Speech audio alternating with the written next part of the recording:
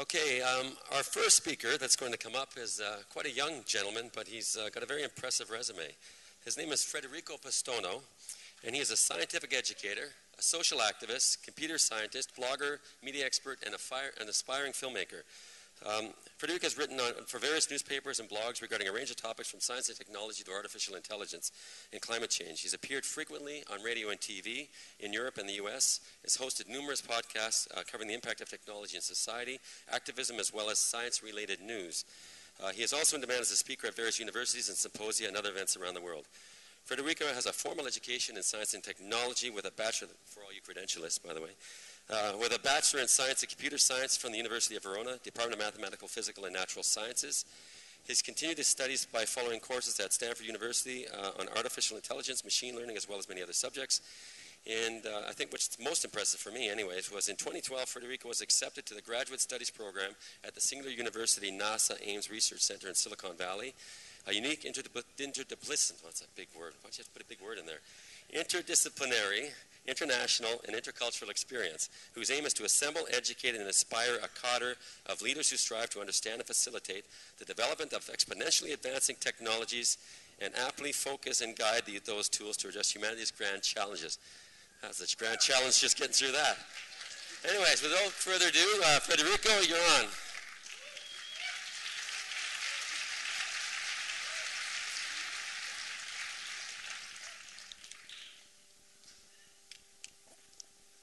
So, it has come to this. You, me, here. I was just told to make a dramatic entrance. So. Hello to every one of you. Welcome, my name is Federico Pistono, and I come from an incredible country. A country that has been the center of civilization for over 1,000 years and has given birth to most of modern Western culture. The arts, the opera. It was the birthplace of the Renaissance and Leonardo da Vinci, but also the church. Banks, the fractional reserve system, massive organized crime, fascism. We elected 5 times a Freemason who is under investigation for several criminal activities and has been accused of mafia collusion, money laundering, tax fraud, underage prostitution, and we just replaced him with an unelected man, leading member of the Bilderberg Group, former European chairman of the Trilateral Commission, and international advisor for Goldman Sachs. So let's begin. Who am I? What am I doing here? Some of you might remember me for the radio shows I hosted about collaboration, positive thinking, and automation, and the Science and Reason video series on YouTube. But maybe not. Maybe you know me because I kickstarted a project called Zeitgeist Global Connect, where programmers kind of get together and build a free and open source distribution for activists to use without any knowledge of programming whatsoever, so they can, start up a chapter very easily and just start doing stuff. Or maybe you know me because I gave the initial spark to what is now the central repository of essays, articles, and information about the movement, the TCM blog. So it started out as just an idea, and then shabam! We now have a kick-ass team, and with great people inside, and some of which will speaking to you today. And just recently, as mentioned before, I was accepted to Singularity University, so I'll be spending my whole summer at NASA Ames Research Center in Silicon Valley, and I'll try to solve humanity's biggest challenges together with other great, bright minds from all over the planet. And the projects that will come out of this program will have to improve at least the lives of 1 billion people within the next 10 years. So that's a challenge. Most of you probably know as the founder of the former coordinator of the Italian chapter of the Zeitgeist movement, which I started about 3 years ago, and we've done some pretty cool things since then. We aired clips from the Zeitgeist film series on national TV for 8 weeks straight. We did strict activism, screenings, and free hugs, flash mobs, and all the good stuff I'm sure you're familiar with. Yeah, even the police joined in. It was kind of nice. So just recently, though, we did something different. We organized a symposium where we opened up to other organizations and sustainability advocacy groups. We had a lineup of some 15 speakers, and it all went beautifully. We spent a day together, ate lunch together, we discussed, we had dinner together, we started all sorts of collaborations. It was wonderful. This is, I think, our next step of evolution as a movement. You know, it's great to have these dedicated days like this one, where we kind of see what we have accomplished as a movement and who we are. But I think we can't just keep talking to ourselves. We need to open up to the rest of the world and let loose of the labels, as Peter mentioned before. So we should have, I think, week-long events where we get together with all sorts of other cool organizations and start a discussion. So I hope to see in the near future more of these events happening worldwide. Now, enough of that. Let's get to the point. What am I doing here? I am here to tell you that robots will steal your job.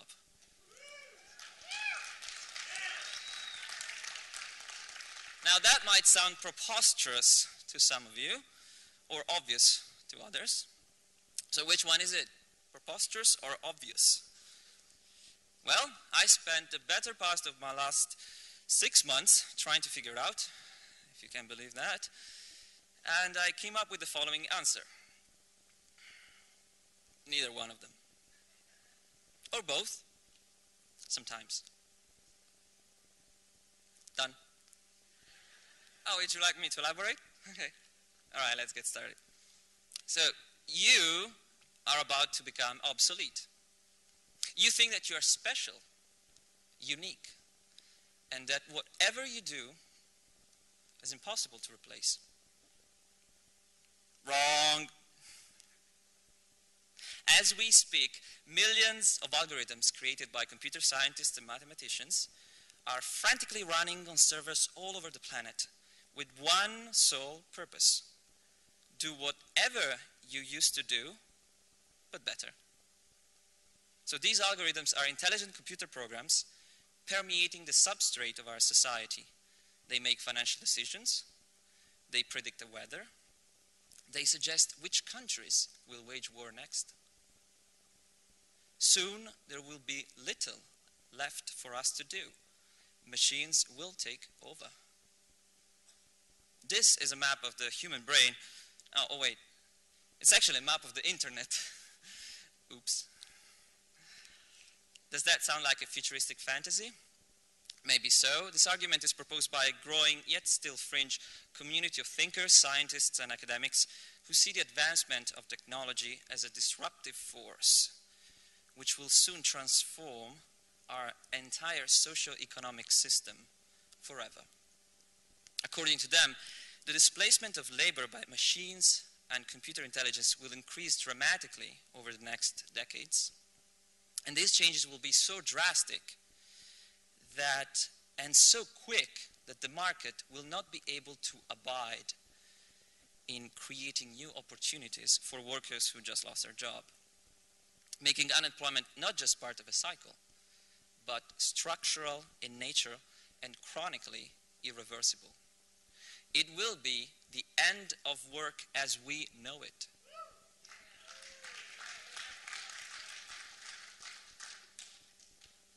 Obviously, mainstream economists discard such arguments. They actually call it the Luddites fallacy. Many of them don't even address the issue in the first place. And those who do claim that the market always finds a way. As all jobs are replaced by machines, new jobs are created. Thanks to the ingenuity of the human mind and the need for constant growth, market always finds a way, especially in this ever-connected and globalized mass market we live in today. Now consider this: the exponential expansion of technology has been growing remarkably smoothly for a pretty long time. And I'm not talking about Moore's law, which states that the number of circuits, well, the number of transistors that can be placed in integrated circuit doubles approximately every 2 years. So integrated circuits actually are just a tiny fraction of the whole spectrum of change that pervades technological advancement. Ray Kurzweil notes that Moore's law wasn't the first to do so, but rather the fifth paradigm to provide accelerating price performance. Computing devices have been consistently multiplying in power per unit of time. 1890, US census, mechanical calculating devices, first paradigm. Turing relay-based Robinson machine, which cracked the Nazi Enigma code. And then CBS vacuum tube that predicted the election of Eisenhower. And transistor-based machine that were used in the first space launches. And finally, the fifth, integrated circuits-based personal computers, which Kurzweil used to dictate the very essay that described this phenomenon in 2001, which he calls the law of accelerating returns. Now, to get an idea of what exponential growth means, take a look at this graph right here. Okay, so this is technological capability, that's time. So these are the steps, and this is a general idea of quantity in technological capability and advancement. So this is linear growth. You go 1, 2, 3, 4, 5. So if this extended to 30, I didn't make to 30 because you'll understand why in a second. But if you count from 1 to 30 steps linearly, it's 1, 2, 3, 4, 5, you get to 30. If you do it exponentially, 2, 4, 8, 16, what do you get? 1 billion. 30, 1 billion. That's a big difference. I use this example all the time when I give talks around universities. Now imagine this water bottle. Okay, instead of water being inside, imagine it's a cup or a petri dish or something, and you put bacteria inside to reproduce, and you give them food so they can, multiply. Now, you know that in 60 minutes, it fills up the bottle, the whole thing. And every minute, they double in size. So it takes 60 minutes to fill the bottle. Every minute they double in size. Question is, after 55 minutes, what percentage of the bottle do you think the bacteria? Yeah? Quarter? How much? 50? What? Something else? What? 10? 10%? 200? Now, the answer is 3.125%. It's counterintuitive, I know, and that's because we think linearly, not exponentially. But imagine, 60 minutes is 100%. 59 minutes, 50%. 58 minutes, 25%. Then 12.5, then 6 point, and then it goes like that. So we are not used to think exponentially, but that's how technology works. Now, a curve that explodes out of the normal graph looks like a straight line on a logarithmic plot. That's the same curve as before that was like right there. This is a straight line. It's the same curve, it's just changing the y-axis so that instead of having 5, 10, 15, it has 5, 25, 125, 630, and so on. So as you go along, it increases the quantity exponentially. You'll understand why we use logarithm graphs when we talk about exponential. There simply isn't enough space to draw the graph. It would just go right off the ceiling. So let's go back to the graph. With this knowledge acquired, you see the curve isn't a straight line. It's another exponential curve. This is the growth of computing over the last 110 years. So in other words, what you're seeing now is exponential growth, which we know it's pretty fast, in the rate of exponential growth. It's a double exponential. Now that's pretty fast.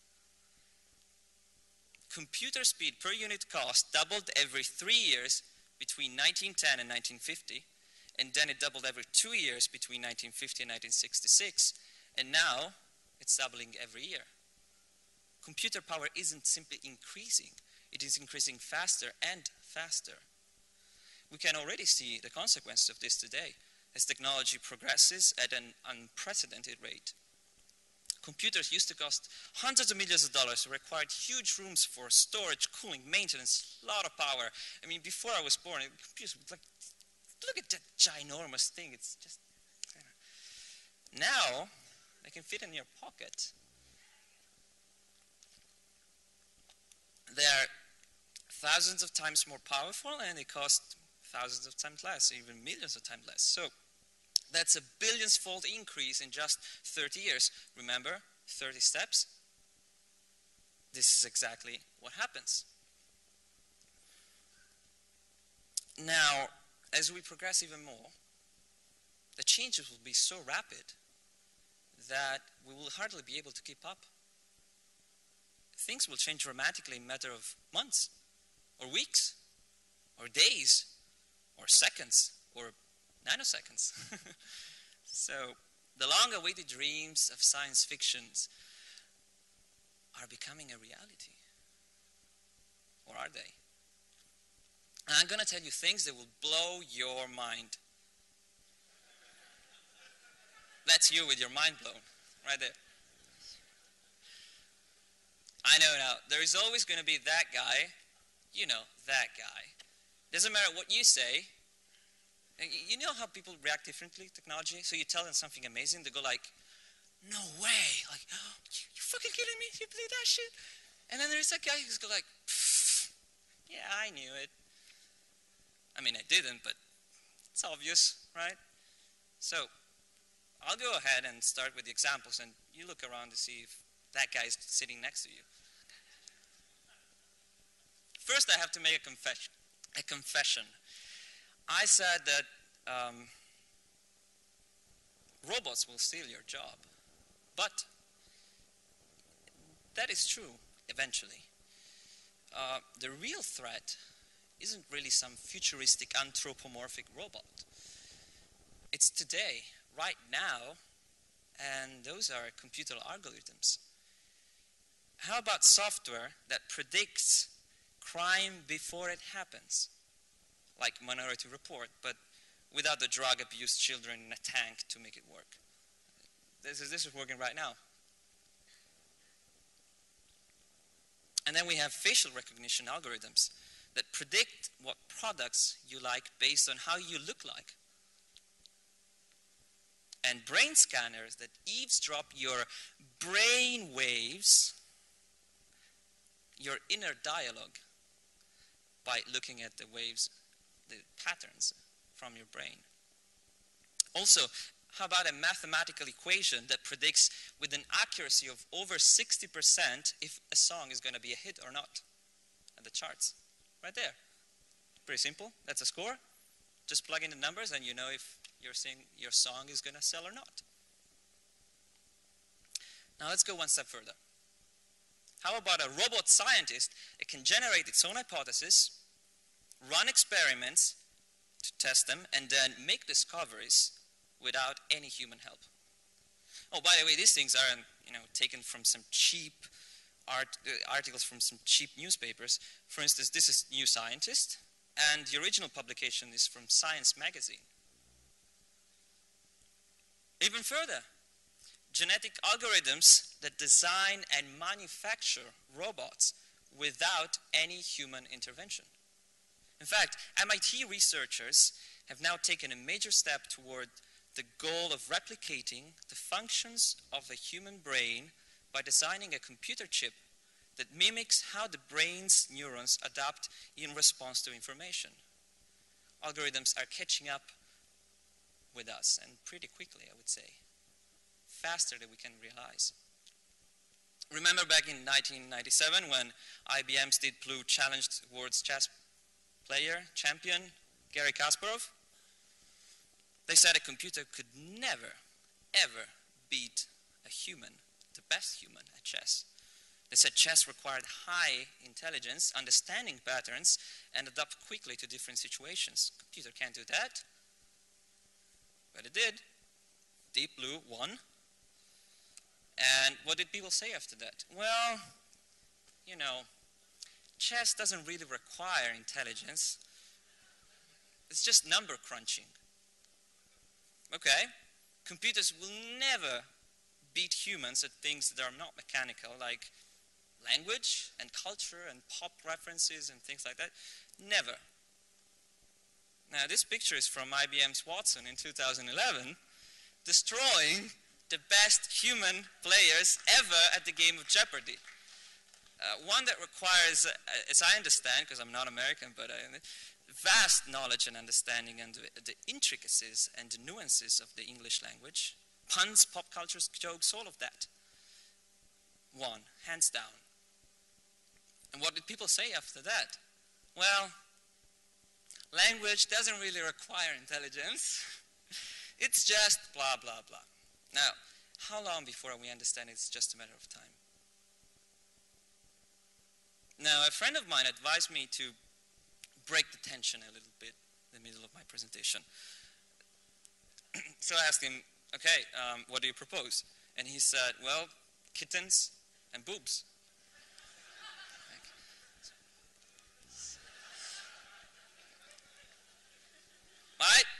I thought that was kind of cheap, so I went for something different.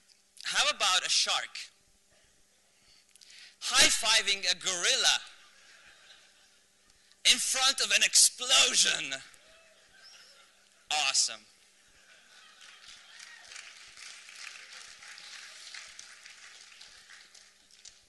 You know what else is awesome? We have automated cars that drive hundreds of thousands of kilometers without a problem, with no human intervention whatsoever. They are perfectly safe, and they even outperform the best human drivers. Now let's watch a little video. Since our work is focused on building driving cars that can drive anywhere by themselves, any street in California, we've driven 140,000 miles. Our cars have sensors by which they magically can see everything around them and make decisions about every aspect of driving. It's the perfect driving mechanism. We've driven in cities, like in San Francisco here. We've driven from San Francisco to Los Angeles on Highway 1. We've encountered joggers, busy highways, toll booths, and this is without a person in the loop. The car just drives itself. In fact, while we drove 140,000 miles, people didn't even notice. Mountain roads, day and night, and even crooked Lombard Street in San Francisco. Sometimes our cars get so crazy, they even do little stunts. Oh my God! What? It's driving itself. All right, that was the Google car.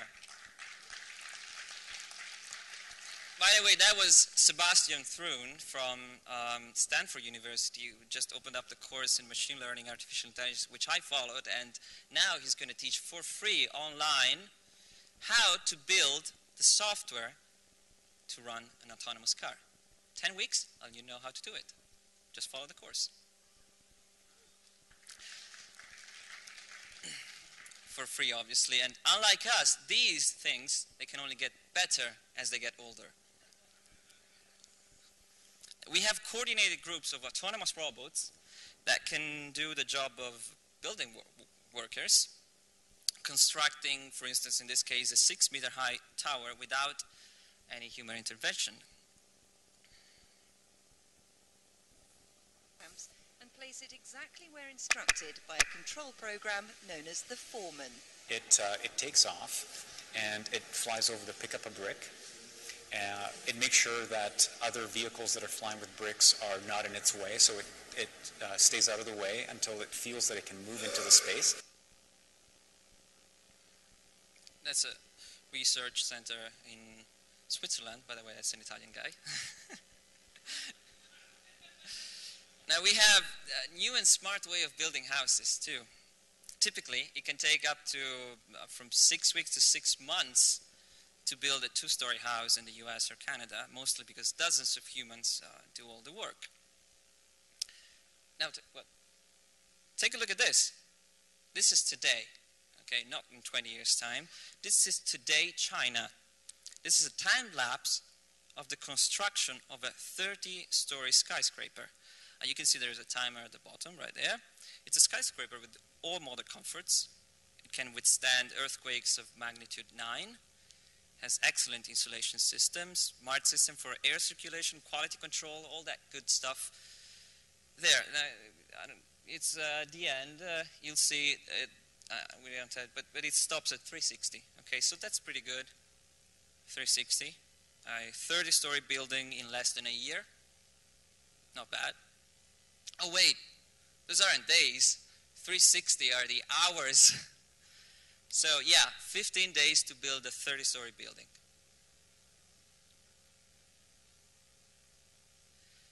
Now, this is what we can do today. Let's have a look at tomorrow, shall we? It is possible that within a decade, contour crafting, see it as a kind of large-scale additive manufacturing, will have become so advanced, it's like one layer after the other, right? That we'll be able to upload a design specification and a massive robot would just press print on our computer, and this watch this robot as it spits out a concrete house in less than a day. No humans required, except for a couple of supervisors and designers. That's it. You don't think that's possible? Think again. 3D printing is already a billion-dollar industry today. It's growing exponentially. It's going to revolutionize the way we think about manufacturing forever. We can print physical objects ourselves, both as individuals or as part of a research center. And I'm not just talking about toys, tools, simple objects for the house, although they're useful. I'm also talking about prostheses, teeth, even human organs. They actually did a transplant, and it works. And it was in Sweden, and again, the guy was Italian, but they never work in Italy, these guys. I wonder why. Now, things become better, more reliable, cheaper, customizable, and personalized. More importantly, they are easily shareable, either with a marketplace similar to iTunes, Amazon, Android market, legally or not. Either way, once the information is out there, you can't stop it. Once the technology is available, you cannot uninvent it. It's out of your control. So where does this lead us? I know some of you techno-skeptics will think this whole thing is just a fad and very little will change. On the other side, I know there are many techno enthusiasts who believe that this will finally liberate us from this 18th century mentality that keeps us behind, and instead will project us into a Star Trek-like future of abundance, wonder, and exploration. But before that, there is a very real problem needs addressing right now, not in 10 years' time, not in 100 years' time, now. The following data is taken from the US Bureau of Labor Statistics in 2011. Take a good look at this table. Now answer this. How many types of occupations were created in the last 50 years? There are 7 main occupations listed. It is office and building, construction, building. They make up 43.88% of the US workforce. How many new types of jobs were introduced because of advances in technology? Not a single one. The reality is that new jobs created by technology employ a very small fraction of people, and they tend to disappear soon after they're created. They require a high level of education, flexibility, intelligence, and entrepreneurship. Most people haven't been trained to be like that. In fact, our entire educational system was created just after the Industrial Revolution, with the idea of creating factory workers, manual jobs, repetitive jobs, not the kind of jobs that the new economy will require. So I have one simple question. What will the millions of middle-aged, unskilled workers do once they are displaced by technology? It's a simple question. I have discussed this with economists, entrepreneurship futurists, academics. Not a single one of them was able to give me a convincing answer. Technology is advancing simply too quickly for the newly unemployed to learn new jobs. In the past, we've seen automation cutting the workforce, but that wasn't really a problem because unskilled workers all gravitated towards other jobs, still pretty unskilled, like, I don't know, Walmart, and which it's easy to find a job there, although it's very unsatisfying, and I don't think it's your life dream to work at Walmart. But if Walmart begins automation, which it will, competitors will have to do the same in order to stay afloat, stay alive in this competitive market. So there will be no coming back for the shopping industry. It is an irreversible process. The jobs replaced will not come back. They're gone. The same will happen for millions of drivers, construction workers, and many others. But having jobs removed, what will people do? So far, nobody has been able to answer the question, and the reason for this, I think, is that there is no answer. Not in this system, not in the way it's designed to work. The displacement of human labor in favor of automation will have a snowball effect on everything.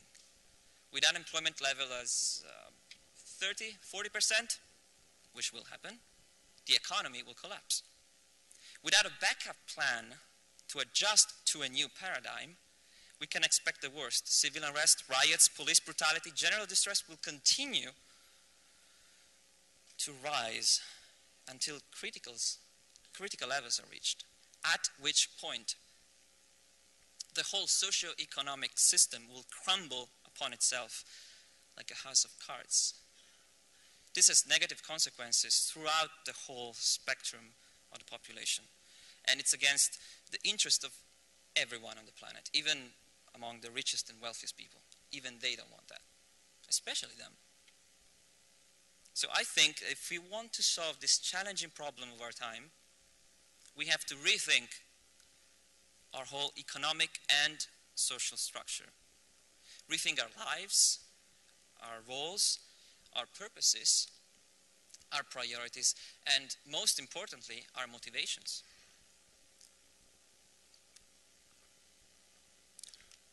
It's time for a paradigm shift, one that will radically revolutionize our social system. This is an excellent book, by the way, by Herman Daly, great economist.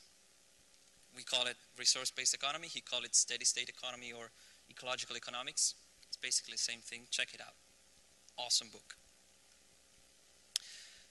Have we ever considered the possibility that finding job replacement, no matter what, might be the wrong choice to begin with? Just saying. Have you ever stopped and wondered if the only possible economic systems are socialists and capitalists and everything else just lies in between? Have we ever conceived of the notion that maybe the need for constant growth and consumption isn't just ecologically unsustainable and physically impossible, but also diminishes the quality of our lives? Too often we treat things as separate subjects, not realizing the interconnected nature of our reality. This mistake has made us weak and vulnerable. Over the last 70 years, we have set the stage of our own demise. We have become increasingly discontent, the quality of our lives and relationships has fallen, and we have lost track of what really matters. Be happy, right? Not consume, be happy. Today, everything is amazing, and nobody's happy. It's time to take a step back and think about where we are going. Now, like the great poet once said, time is a bitch. So I can't elaborate on this issue anymore because I'm out of time already. But luckily, I've written a whole book about it. What, did you think I really spent 6 months of my life just to prepare this presentation? So the book is called, Robots Will Steal Your Job. But that's okay. And the subtitle is, How to Survive Economic Collapse and Be Happy.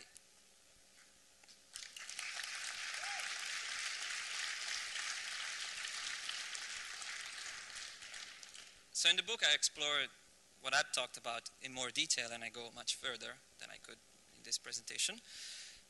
The development of the book is quite interesting. I launched a campaign on a crowdfunding site, and I received overwhelming support, as well as many great ideas from different people around the planet. And then it went viral, as my articles were published at the Institute for Ethics and Emerging Technologies, and it went on Singularity Hub, IO9, and even on Italian national TV. So it was pretty good. Now, here's the plan. For the next 2 months, I'll retire in medieval monkness on a remote location in the woods to finish the book. That's me in a couple of months, by the way.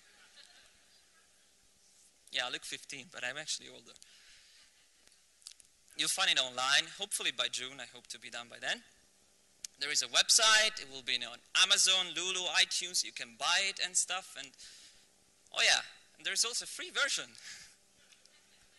Yeah, Creative Commons license. Yeah, because we're here just to make a buck, right? Right, Peter? Where's Peter? Where's Peter? Yeah. Peter! Damn you. Anyway, there's a guy who could have been a sellout millionaire and decided to give away his work for free. How about that? Hmm?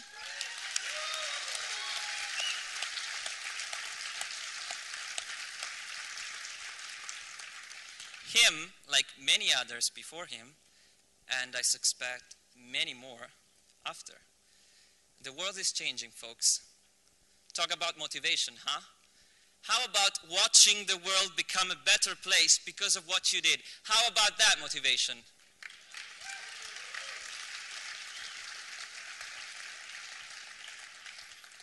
We're all in this together. We might as well enjoy the ride. Thank you.